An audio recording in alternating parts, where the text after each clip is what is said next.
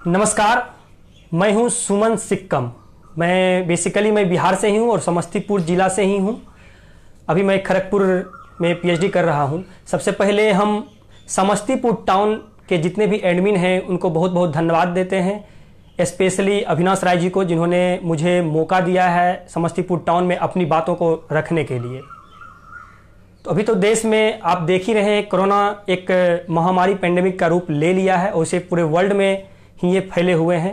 अपना देश इससे स्ट्रगल कर रहा है और देशों के अलावा हमारा देश इससे बेटर पोजीशन पे है। तो आज हम दो बात करेंगे। सबसे पहला हम कोरोना को लेकर के बात करेंगे, फिर हम देश के नागरिक होने के नाते आपका क्या कर्तव्य बनता है कोरोना को लेकर के, शिक्षा को लेकर के, स्वास्थ्य को लेकर के, इन सब बातों को लेकर के हमारा क्या कर्तव्य बनता है, हमारा क्या दायित्व बनता है। और एक पढ़े लिखे युवा होने के नाते आप जितने भी तमाम लोग हैं उनका क्या कर्तव्य बनता है, उनके बारे में बात करेंगे।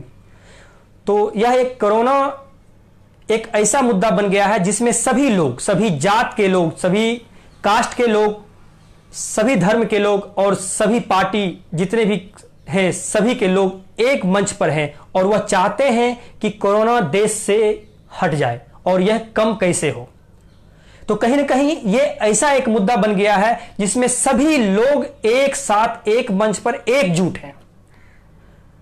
और यकीनन यह एकजुटता, बोला भी जाता है संगठन में शक्ति है, कहीं ना कहीं यह एकजुटता कोरोना को हराने में बहुत कारगर होगा और हमारा देश जीतेगा। और पूरा विश्व ही इससे लड़ रही है और सभी एकजुट है, इसलिए पूरा विश्व से जल्द कोरोना खत्म होगा। लेकिन फिलहाल ये 1920 के बाद फिर से 2020, यानी अगर बोला जाए तो 100 साल के बाद यह ऐसी महामारी फैली है। और हमारा जो रीजन है, हम एक ऐसे में पैदा हुए हैं जो अभी 25 से 30 साल के हैं, 20 से यानी 30 साल के, वो इस दौर में पैदा हुए हैं। वह भी दौर देखे हैं जब डिजिटलाइजेशन नहीं था, यानी 1990, 1988, 89 में राजीव गांधी जब स्टार्ट किए थे, उस समय ज़्यादा मोबाइल नहीं था। 10 साल 15 साल पीछे जाए तो बहुतों के पास मोबाइल नहीं था। WLL था, एक लैंडलाइन था, एक वायरलेस फ़ोन था। वह जमाना भी देखे जब आप कॉल नहीं करते थे, चिट्ठी लिखते थे पोस्ट ऑफिस से, पोस्ट कार्ड पे। और यह जमाना भी देखे जब 1 मिनट के 1 सेकेंड के अंदर आप किसी से बात कर लेते हैं। तो दोनों जमाना देखे हैं। तो हम वो पीढ़ी से हैं कि जो हम पहले भी फील कर चुके हैं और अभी भी फील कर दिए हैं। तो कहीं ना कहीं हमारा यह कर्तव्य बनता है देश के लोगों को जागरूक करना, देश के वह लोग जो नासमझ हैं, जिनको देश दुनिया से कोई मतलब नहीं है, उनको जागरूक करने की।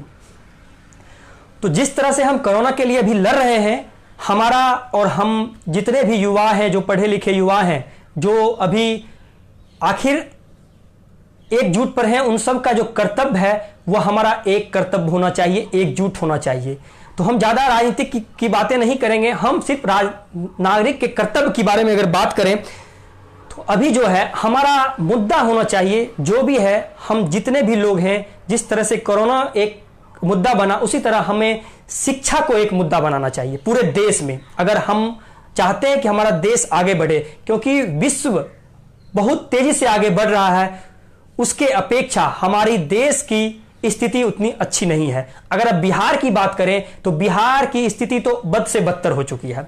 तो कहीं ना कहीं जितने भी लोग हैं, जितने भी युवा हैं, उनको शिक्षा, स्वास्थ्य सबसे सर्वोपरि रखना होगा। क्योंकि आप देख रहे होंगे कि जो 200 रुपया डेली कमाते हैं, चाहे 100 रुपया डेली कमाते हैं, उनका भी यही इच्छा रहती है कि हमारे आने वाली पीढ़ी, हमारे बच्चे पढ़े, उनको अच्छी स्वास्थ्य सुविधा मिले, उनको अच्छा रोजगार मिले, उनको अच्छी अवसर मिले। लेकिन हम लोग जो हैं पार्टियों में इतने बटे हुए हैं कि हम लोग ये जो मुद्दा होनी चाहिए उनको नहीं पकड़ रहे हैं। तो हम तमाम युवा से भी अनुरोध करते हैं कि आप हमेशा किसी भी पार्टी, किसी भी धर्म, किसी भी जात से हैं, उनसे कोई मतलब नहीं है, आप शिक्षा स्वास्थ्य को एक मुद्दा बनाएं और सभी एकजुट रहें कि हमें शिक्षा, अच्छी शिक्षा चाहिए, हमें अच्छा रोजगार चाहिए, हमें अच्छी स्वास्थ्य सुविधा चाहिए। अभी स्वास्थ्य सुविधा भी देख रहे होंगे, अभी आप लोगों को याद आ रहा होगा कि काश हमारे आसपास एक अच्छा हॉस्पिटल होता, काश हमारी जो व्यवस्था है वो अच्छी होती। तो अभी नहीं है, हम फील कर रहे हैं, लेकिन हम भूल जाते हैं। तो सामाजिक कार्यकर्ता होने के नाते मेरा कर्तव्य है और आपका कर्तव्य है, हम तमाम लोगों का कर्तव्य है कि आप इस बातों को समझे और शिक्षा और स्वास्थ्य को एक अहम मुद्दा बनाए। ये पहली बात है लेकिन अभी क्या हो रहा है कि बहुत सारे लोग इसके खिलाफ आवाज उठा रहे हैं और सरकार इस पे झुकने के मजबूर हो रहे हैं और सरकार करती भी है। तो जनता सबसे सर्वोपरि है, जनता का सेवक होता है नेता और सरकार।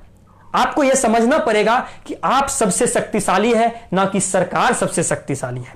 लोकतंत्र इसीलिए कहा जाता है कि जहां पर जनता और आम लोगों की सहमति हो, आम लोगों का विचार हो, आम लोगों का पावर हो, और हम अपने पावर को, हम अपनी मजबूती को समझना पड़ेगा। हमेशा आपको कुछ ऐसे मुद्दा पे ही एकजुट रहना होगा जिस मुद्दा से हमारी आने वाली पीढ़ी अच्छी हो, हमारे भविष्य अच्छा हो, हमारा बिहार अच्छा हो, हमारा देश अच्छा हो। अभी लगातार आप देख रहे होंगे बहुत कुछ लोग ही हैं जो भ्रष्टाचार के खिलाफ आवाज उठा रहे हैं अभी, लेकिन बहुत सारे लोग यह सोचते हैं कि हम इस पे बोलेंगे तो हमारे सामने वाले क्या बोलेंगे, हमारे बगल वाले क्या बोलेंगे। बहुत सारे लोग सरकार के खिलाफ आवाज उठा रहे हैं, बहुत सारे लोग अपने पंचायत, अपने गांव में भी तक आवाज नहीं उठा रहे हैं। क्यों? क्योंकि उनके पड़ोसी जो हैं, उनके अंकल लगते हैं, उनके चाचा लगते हैं। इसके कारण वो एक छोटी सी महत्वाकांक्षाओं के लिए आने वाली पीढ़ी और प्रेजेंट की सिनेरियो को सब खत्म कर देते हैं। आज बिहार राज्य इतना पिछड़ा हो गया है कि आप बिहार से बाहर जाते हैं, बिहारी को गाली के रूप में माना जाता है, और आपको ये बोल दिया कि आप एक बिहारी है वो, तो आपको अपने आप शर्म लगता है, जो कि इस पे गर्व होना चाहिए। सबसे पहले अगर हम पहले वर्ण व्यवस्था की बात करें तो पहले बताया गया था वसुदेव कुटुंबकम, यानी पूरा पृथ्वी ही अपना परिवार है, एक परिवार है। लेकिन इनको पहले देश में बांटा गया, क्यों? क्योंकि विकास हो। उसके बाद उसको राज्य में बांटा गया, राज्य के बाद जिला में बांटा गया, जिला के बाद गांव में पंचायत में बांटा गया, पंचायत के बाद गांव में बांटा गया। और हम लोग इतने बढ़ चुके हैं कि आप छोटी बातों में उलझे हुए हैं।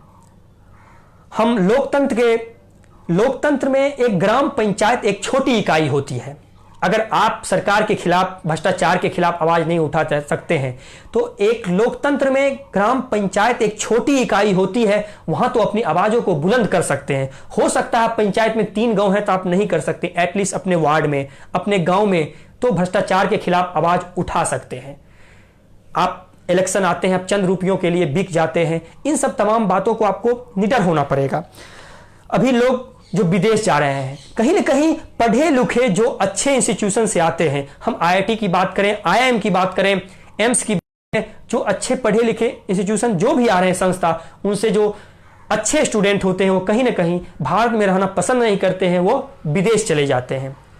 तो सबसे पहले हम उनका दायित्व बोलते हैं। जो आप एजुकेशन अपने देश में लिए हैं तो आपको कहीं ना कहीं आपको देश में रहना चाहिए। लेकिन आखिर वो जाते क्यों हैं? कहीं ना कहीं अपॉर्चुनिटी अपने देश में कम है और विदेश में ज्यादा है, जिसके कारण जो भी स्वास्थ्य की बात करें, शिक्षा की बात करें और जो भी अन्य चीजें की बात करें, तो कहीं ना कहीं जो डेवलप्ड कंट्री है उसका यह स्थिति अपने देश से बहुत अच्छा है, उसके कारण वो लोग जाते हैं। तो सरकार की भी यह धारणा बनती है कि हमारे देश को भी ऐसा सुदृढ़ करें कि हमारा जो युवा है जो विदेश जा रहे हैं वो ना जाकर के अपने देश में सेवा दें, अपने देश को विकास के लिए आगे रहें। तो हम इन तमाम बातों के, वीडियो बहुत लंबा हो जाएगा तो हम सभी बातों पे नहीं गौर करेंगे। एक ही बात हम बोलेंगे कि आवाज उठाइए, जो भी गलत हो रहा है गलत को गलत बोलिए, सही को सही बोलिए, चाहे आप किसी भी धर्म का हो, किसी भी जात का हो। यह कोरोना एक शिक्षा देके जा रही है कि आप अभी कोरोना में एकजुट हैं, यह सोच रहे हैं कि हमारे देश से कब कोरोना खत्म हो, और इसके लिए सब एक दूसरे के साथ देने के लिए तत्पर रह रहे हैं, एक दूसरे के आगे आ रहे हैं। जिसको भोजन नहीं है भोजन दे रहे हैं। बहुत सारे सामाजिक संगठन अभी काम कर रही है, जो जितना ही बन पा रहा है वह जो भी भूखे हैं उनको भूखा रहने के लिए नहीं दे रहे हैं, हमेशा आगे आ रहे हैं। तो इसी तरह सभी लोगों को इस पे आगे आना होगा, और इसी तरह यह जो शिक्षा देकर जा रही है यह शिक्षा हमें लेना होगा, और आप आने वाली पीढ़ी के लिए शिक्षा स्वास्थ्य की लड़ाई लड़नी होगी। और हमेशा युवा 21वीं सदी को बोला जाता है और इंडिया हमेशा युवा का देश है, मतलब 35 वर्ष से कम लोग यहां पे ज्यादा है, यानी हमारा देश युवा है। है, युवा का देश है। तो कहीं ना कहीं हमारा युवा होने के नाते कर्तव्य बनता है कि हम अपने समाज में जाएं और समाज के लोगों को जागरूक करें, सभी मुद्दों से जागरूक करें, चाहे वो राजनीतिक हो, चाहे वो सामाजिक हो, चाहे जिस भी स्थिति का हो, आपको जागरूक करने की जरूरत है। अगर आप जागरूक करने में आगे आएंगे तभी हमारा राज्य सुधरेगा, हमारा देश सुधरेगा। तो इस कोरोना से आपको शिक्षा लेनी होगी कि हमें स्वास्थ्य और शिक्षा के लिए आगे बढ़ना होगा। और एक मुद्दा और भी है जो अभी हम लगातार देख रहे हैं कि सरकार जो है बहुत सारे योजनाएं निकाल रही है, लेकिन वह योजनाएं धरातल पे नहीं आ रही है। एक आम नागरिक होने के नाते आप इसके खिलाफ भी आवाज उठाएं। हम इसका मतलब यह नहीं कर रहे हैं कि आप किसी के जाकर के लड़ लें, लेकिन आप जो पढ़े लिखे हैं, जो कि जागरूक युवा हैं, उनको पता है कि सरकार क्या दे रही है आम लोगों के लिए। तो कहीं ना कहीं जो दे रही है, तो आप वो लोग जिनको नहीं मालूम है उनको बताइए। अभी आप देख रहे हो कि सरकार ने 5 केजी अनाज देने की बात कही है, लेकिन किसी कारणवश जो डीलर हैं वो नहीं दे पा रहे हैं। तो हम इसमें डीलर का ही दोष नहीं देना चाहेंगे, क्योंकि जो अभी सिस्टम बना हुआ है, बहुत सारे एक विधायक भी है जो इसके लिए खिलाफ आवाज उठाए हैं, तो सिस्टम बना हुआ है, उनको ऊपर तक देना पड़ रहा है। क्या आप उसके खिलाफ आवाज नहीं उठा सकते हैं? आप उठा सकते हैं। आप उस योजनाओं को उन लोगों, तमाम लोगों तक पहुंचा सकते हैं जिनको उतनी मालूम नहीं है, जो कमजोर हैं, उनके साथ रहिए, उनको वह योजना तक पहुंचा दीजिए। अगर जितनी सरकार की योजनाएं हैं और धरातल पे नहीं आ रही है, तो कहीं ना कहीं या तो सिस्टम में फॉल्ट है, लेकिन जो सिस्टम में फॉल्ट है उसको आप एकाएक नहीं बदल सकते हैं, लेकिन आप जो जागरूक हैं, वह जो योजनाएं चल रही है उसको सभी समाज के सभी लोगों तक पहुंचाने में आप योगदान दे सकते हैं, और इसके लिए आपको आगे आना होगा। और हम पुनः लास्ट में यही बोलेंगे, आपको जो लड़ाई लड़नी है वह शिक्षा और स्वास्थ्य के लिए लड़नी है, और जितने भी पढ़े लिखे युवा हैं आपको सब कुछ में हस्तक्षेप करनी होगी। सामाजिक और देश के नागरिक होने का मतलब यह नहीं है कि हम पढ़ लिख लिए और रोजगार और एक जॉब कर करके अपना परिवार चला रहे हैं। एक सही नागरिक होने के नाते आपका यह भी कर्तव्य बनता है कि हमारे समाज में शोषित पिछड़े लोगों को भी आप ऊपर करें और उनको धीरे धीरे ऊंचाई पर ले जाएं। तो यही समाज के, अभी आप ऋषि कपूर जी, कल उनका देहांत हो गया, उनका एक लास्ट जो स्टेटमेंट था वो बहुत अच्छा लगा कि आपकी ख्याति तभी प्राप्त होगी जब आप मेहनत करेंगे। जरूर आप मेहनत करते रहें, लेकिन आप एक इंसानियत के नाते, आप एक इंसान के होने के नाते आपको आम लोगों को लेकर भी चलना होगा। यही इंसानियत है और कुछ नहीं रह पाएगा आपका सिर्फ और सिर्फ काम जो आपको हमेशा लोगों के बीच में रखेगा। आप रहे या ना रहे, पर आपका वह काम हमेशा वह समाज में बोलता रहेगा। तो इतना ही कहकर हम अपनी खत्म करते हैं।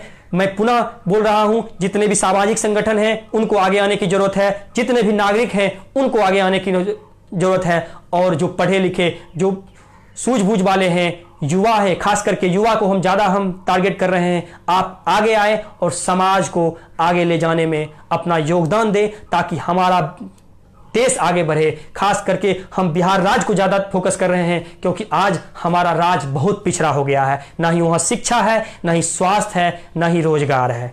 हम किसी पार्टी की बात नहीं कर रहे हैं, आप हमेशा फोकस यह रहे जो आपके हित की बात करे, जो आपके समाज के हित की बात करे, जो आपके आने वाली पीढ़ी की बात करे, जो शिक्षा की बात करे, जो स्वास्थ्य की बात करे, उसके लिए आप आगे आए और अपनी उपस्थिति दर्ज करें। धन्यवाद।